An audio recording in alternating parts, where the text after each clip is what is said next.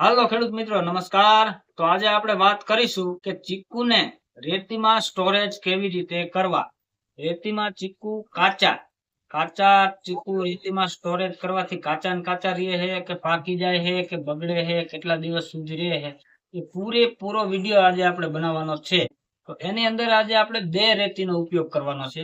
એક રેતી છે એ હાવ લીલી રાખવાની, ઘણી લીલી એમ, અને એક રેતી છે એ આપણે હાવ નોર્મલ એવી લીલી રાખવાની, બહુ નહીં। આપણે જે લીંબુનું પ્લાનિંગ કરીને એવી રીતની એક રેતી રાખવાની છે, અને એક રેતી રાખવાની છે વધારે લીલી।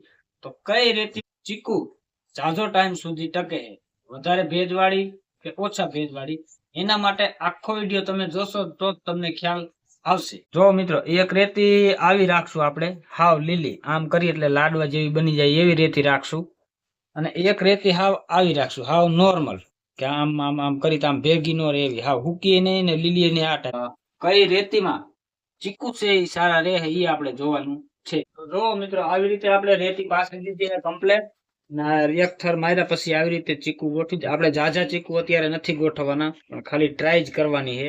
એટલે જે ચીકુનું બાગાયત કરતા હોય એના માટે ખાસ વિડીયો છે। તમે જોજો, આને આવી રીતે આ છે મીડિયમ સાઈઝની રેતી છે, બહુ ભીની નથી। એટલે આવી રીતે આખું પ્લાનિંગ જે તમે અમારા વિડીયો જોશો કે લીંબુનું જે પ્લાનિંગ બનાવ્યું હતું ને એવી રીતનું જ આપણે ચીકુનું પ્લાનિંગ બનાવવાનું। હવે એક આપણે બનાવશું કે જે વધારે લીલી છે એ રેતીનો ઉપયોગ કરો, અને આ છે એ વધારે જે રેતી છે આ ચીકુ ઈ રાખ્યા છે વધારે ભેજવાળી રેતીના। તમે જો, આને પણ જે ઓલી રીતે કરી એવી જ રીતે આવી રીતે કરી નાખવાનું।